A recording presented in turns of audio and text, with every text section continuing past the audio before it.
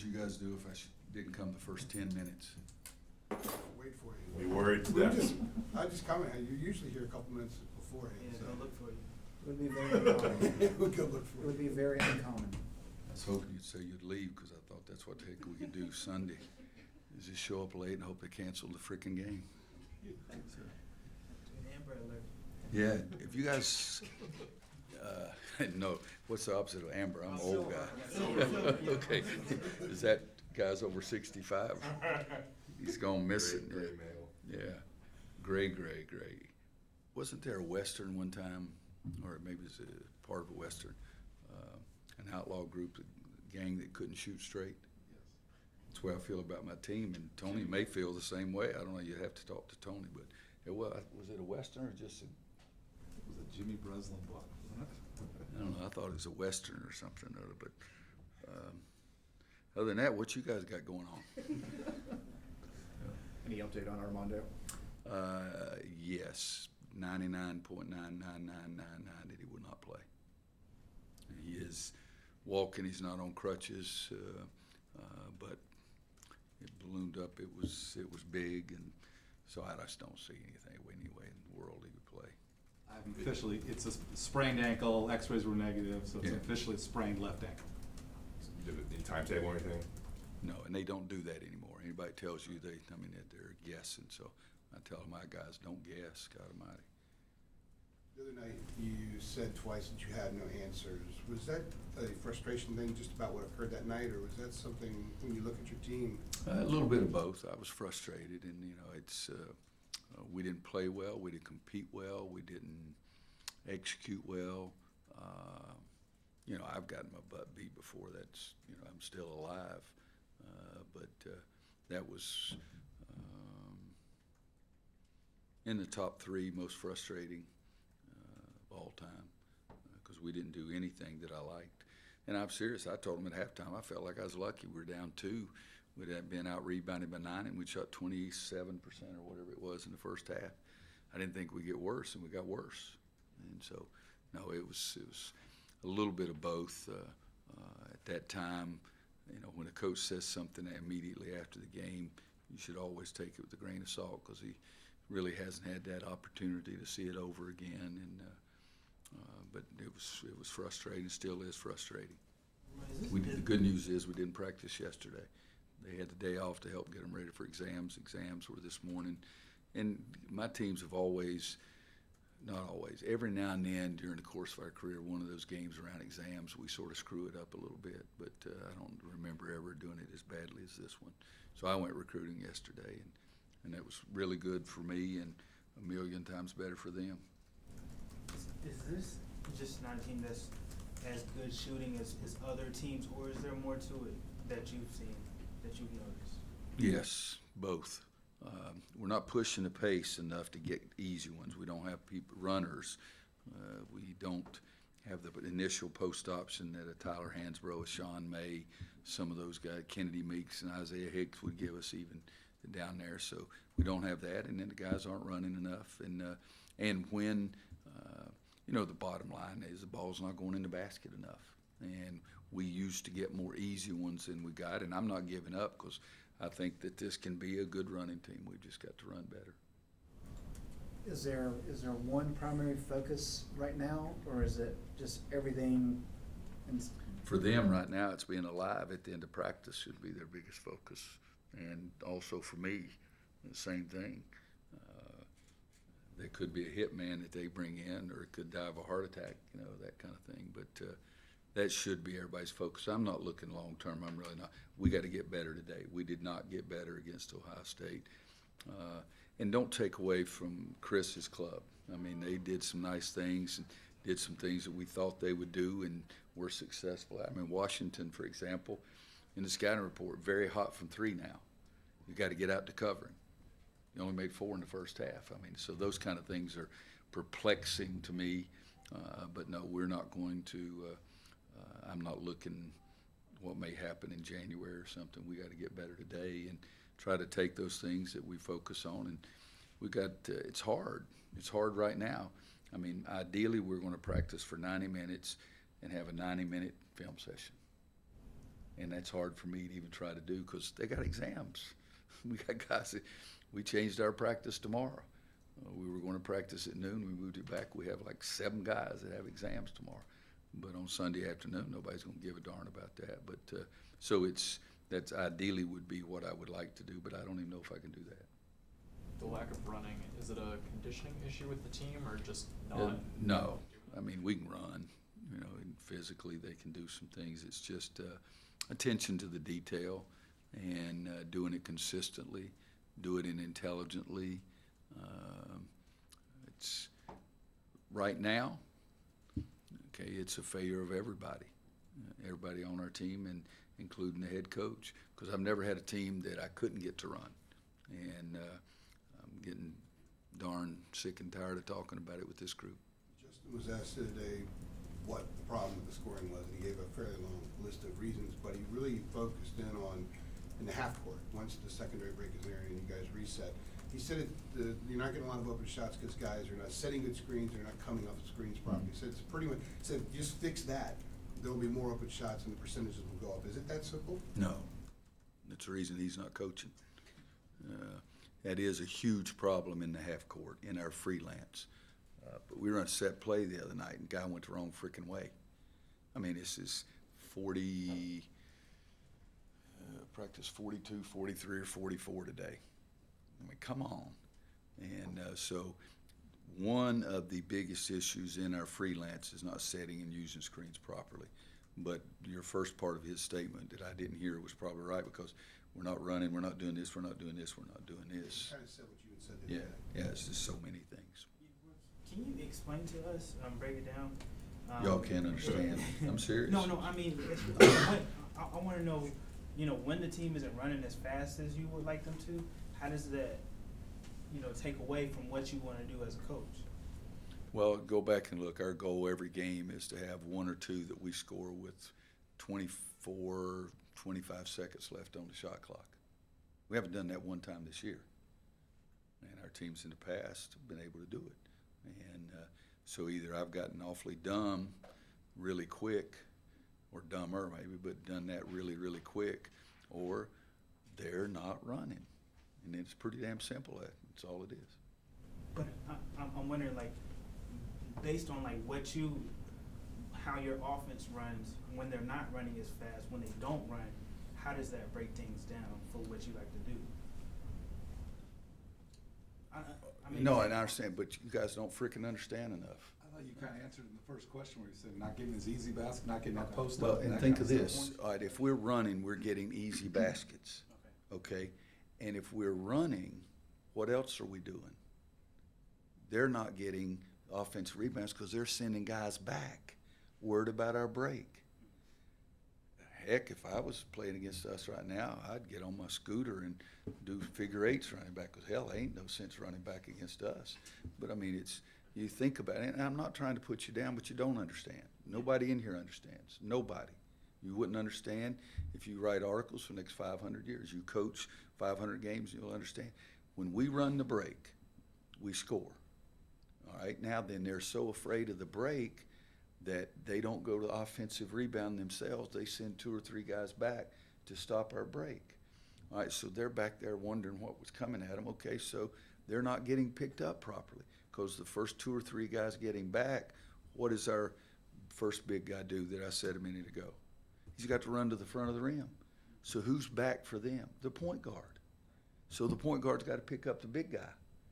All right, so if our 4th guy comes down, is our point guard. Who's picking up the point guard? It's somebody else. So there's no one answer. I mean, there's 1,000 things that go into it, and we've done it every day for my entire life, entire coaching career. Every playground I ever played on, I outrun the other sucker every frickin' play. And so if there was one answer, what was that famous line I got? If I knew how to fix the blankety blank thing, I would have already done it. There's no one answer. You guys sure as hell can't come up with it if I haven't, and that's not any cut to you. I don't know where to put a comma or a colon either, but I do know what the crap they are. Coach, do you have a player that, in years past, you always had that one player that kind of sets the tone and the example for you if you're not there? Do you have that this year in a leader that's kind of like your Joel or your, Yeah. Marcus? Not really. It's been harder because it's harder for a big guy, and Garrison's the only experienced big guy we have. So, but it's harder. Tyler Hansborough's the only really, I think I'll say this correctly, is the only big guy who's really ever set the tone every day, and that was because he was so wacko, but they were also afraid of him. So there's a pretty good deal there. Usually it's a perimeter player. B-Rob missing the first 4 games had it made it difficult for him to do that. Everybody else is new, coming, the freshmen coming out of high school and the grad transfers coming from a different coaching staff, a different coaching style, trying to do it. So that's been probably the most difficult part. Is it's been new for everybody, and just I'll give you an example. I mean, we lead the nation in rebounding. It's amazing we're doing it this year. We should always do it because we shoot faster than everybody, so there's more rebounds to get. We play at a faster pace. Usually we're way up there in assists because we play at such a faster pace. But those teams, this is the least, or at least one of the 3 least experienced teams I've ever coached, and they have 2 guys who've played in high school and played in college at another system, and so you're trying to get them involved. You can call them grad transfers or seniors or whatever, but it's been more difficult for them. B-Rob talked a lot about accountability the other night. Mhm. Where do you see that lacking right now? And every guy wearing a uniform. Managers, they've been pretty daggum good. Trainers been pretty good. SIDs have been pretty good. Assistant AD sort of been crappy, but other than that, we've been really good. I mean, and I make fun of it because what can I say? I can't. Well, if B-Rob would do this, I mean, it's everybody. I mean, you guys would laugh and cry in that 90-minute film session because I can be brutal, and but you would cry because you'd get tired of a 69-year-old guy getting on you, but you would laugh because you say, how can I be that stupid? Because that's what a lot of it is, just 32 years as a head coach. Every year, it's easy to be successful. I tell them every year, it's easy to be successful. Just do what I tell you to do. Hadn't worked so far, but we haven't been successful so far either. So this is another one of the press conferences that's deteriorating quickly. Why do y'all even come? These things are terrible sometimes. All right, without Armando, then where do you look to move him? Obviously, We don't have many options. It's Justin, but we don't have any options. And then with spot minutes of Brandon Walker. Got to play better than he did the other night. I mean, it's Justin, and then after that, we don't have any options. We went small for 3 or 4 minutes with Leakey at the 4. Is that just a 3, is it 4? Just No, I went with Garrison as the 5 and Leakey as the 4. Justin wasn't in there. Roy, Tony lost some big pieces to his team last year as well. How are they different, if at all? Who'd you say? Tony Bennett. Virginia. Oh, I thought you meant with our team. Jesus Christ, I thought, I had it to a guy named Tony last year. I didn't even remember. Tony could play for me right now. He can make a freaking shot. That'd be bad. If Tony dresses out for them and I dress out for us, we're going to get our butts kicked. What the hell was your question? How are they different? They lost a lot of pieces. Same last thing year. as us. I mean, he goes out there and he doesn't see Kyle Guy and Ty Jerome and DeAndre, he doesn't see Salt. And I have not watched him play with the exception of the Purdue game. And I don't know whatever disease that he felt, but it was the same disease that I felt during the game. And he's, please don't take it that I'm talking for Tony's team because Tony's got to talk for them. But the numbers that you look at is they're not pleasant for either one of us. With the new But guys, if he plays, he'd add a lot more to them. with the new guys on the team, namely Justin, Christian, is there something that needs to change to get them better integrated in the offense? Is it something you need to do, or they? They're not any different than the other guys. It's all the same. You got to do what I ask you to do, and if you get a shot, you got to make shots. It's pretty simple. I'm being very sincere. I'm not trying to look bend down my nose at you or anything, but you don't have to be a nuclear scientist to figure out. You look at those numbers and you think, God Almighty. I mean, really. I've never had a team score as little, never had a team shoot as badly, and again, maybe it is me. Maybe I've gotten a lot dumber, a lot quicker than I thought I was going to. Coach, do you think that this kind of proves your point this year that experience trumps talent? If it's close, and what I mean by that, if the experience is at such a high level and the talent is at the highest level, talent's still going to win. But if it's close, I'll take that experience. Everybody wants experienced talent. That's what you want. But if you're experiencing something and their talent is not dramatically different, I'll take the experience, yeah. Everybody wants to coach talent. But if it's close, the experience can make up for that. I truly believe that. What's the best way to attack Virginia's defense? They've obviously been very successful over the past few years. We haven't had a lot of success. I think last time we beat them was we beat them in the ACC tournament a couple of years, maybe 2 out of 3 years, maybe 2 years in a row. 17. Yeah, that was 100 years ago. And then that year we beat them in the tournament? 16 ACC. Yeah, 16 in the tournament. So I don't have a very good answer, but we had some different players and they did too. You got to make shots. It's going to be a low possession game. You got to make some shots. You got to try to make sure they don't get second shot opportunities, and you got to try to get second shot opportunities. So, but it's the same way for everybody, except that it is going to be a lower possession game. So that makes each possession a little more valuable. If you play 100 possessions and have 15 turnovers, so what? But if you play 45 possessions and have 15 turnovers or 15 bad shots, so the larger possession tends to allow you to overcome some mistakes much more so than you're playing against Tony's team. But you got to guard them too. You can't just keep giving up buckets. You've got to guard them. So it's both ends of the court. You got to guard them and try to limit them to one shot, and then you got to try to get the best shots you can, and hopefully get sometimes where you get a second shot. Take 2 more if there are 2. In a low possession game with Armando out, are you concerned about giving up offensive reboundings or just a lack of rebounding against this team? I'm concerned about the lack of rebounding because if you take away and Steve may know this, take the Wilmington game out and take the Ohio State game out, he may be averaging He's averaging 13 and 11 plus the 6 games that he hasn't been hurt in. Yeah, so you lose that. So that's making rebounding. Plus, who do you put in? I mean, it's that part's difficult too. Anybody else? You said none of us would understand the fundamentals of the offense. Do the players come in knowing that from high school, or do you have to teach that as It's well? pretty daggum simple if you know what you're doing. It really is. But how many of you guys played 500 games in your life? Okay, so it's pretty. I mean, seriously, I'm not putting you down or anything. Bobby Frazier played for me, one of the most intelligent guys I've ever had. One summer he played 56 games. And so if you have 56 games, you know what else you have? At least 56 practices.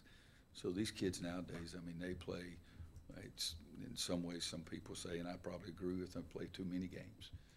But I mean, it's, just think about it. How many games they play and the level of players that we get, they play an unbelievable number of games. And what have they been exposed to is usually pretty doggone good coaching. I'm not the first coach that's ever knew which end of the ball to handle. So they've had that and had that. I had Joel James, whom I loved. And I've corrected him, and one of our players said, I said, shut up. And practice to stop, because I don't do those kind of things usually. I said, Joel, when did you start playing basketball? Sophomore in high school. And I had 3 guys on my team that started playing when they were 6 years old. So they're going to be exposed to more things than Joel was. And but nowadays, I mean, kids play so much. I mean, 56 games in a summer. And that's after, I think they won the state championship, or no, they didn't win it. They made it to the very end, but they played like 30 with their high school, which means they had 75 practices. They played 56 in the summer, which means they had 56 practices at least. And that's what you guys, and I'm not putting you down. There's a lot of things you guys can do better than me. And but the number of basketball games those kids have played and the way they've been exposed to it and the games they watch. I mean, they watch hundreds of games and hundreds of that. What's that? Guys that were on in the buses. mixtape? Yeah, and that, and there's another one too, some of that crap where they, some kind of tour. I mean, they watch all of it. What? No, Globetrotters, they're strictly sincere basketball compared to that other bullshit. I forget what it was. It was some kind of thing. You watch the guys play and the crowd's on the side and they're talking to people on the crowd. Hey, that's the and one mixtape tour. It wasn't that one. There's another one before that. But I mean, they've seen thousands. I mean, that's all they do is play those games, and so they make up their own stuff. So, the guys know what the crap we're talking about. You just gotta. I know exactly when. Well, except for Bryson DeChambeau, he's a little weird dude, who's really, really good. But I mean, he's got a different system how to swing the golf club than everybody else on the tour. There's nothing that a PGA Tour player says that I don't understand. Seriously, nothing. And I bet you can't say that. But there's 1,000 things that you guys talk about and know about that you understand and I don't. And when I'm saying that, it's like there's no way in Hades you guys can figure out what the crap, everything that goes into our basketball thing. And I don't care how many games you see, but you see it from your perspective, and that's what you have to write about. But for me to say, no, if Garrison's first step would be 12 inches as opposed to 11 and a half, we'd be successful. It's not that. Just like I'll guarantee you've never even thought about, no, I shouldn't say that about everybody, but you guys have never thought about people don't even go to check the number of offensive rebounds that teams have gotten against us over the years, because they don't get nearly as many, because they're worried about our break. Tim Floyd, who was and is a great basketball coach, Iowa State's the first team, he sent everybody back except the shooter. So they're not going to get a lot of offensive rebounds, and that's the part of the game that things like that you guys probably don't notice nearly as much. But, I mean, if you were to go statistically and look at the number of offensive rebounds that teams get against us in the past, is probably lower than anybody's in the country. And part of it is I appreciate what you do, because y'all talk about our pace. So they read and see that too, and then they watch the tape and say, oh, God, we better get 3 managers, a trainer, and 4 players back to stop their fast break, which means you get no offensive rebounds. So there's so many different things that go into it, and it's just like I was a great football coach. Odd numbers go to the right and even numbers go to the left, and that's it. That's all I know. That was a good one.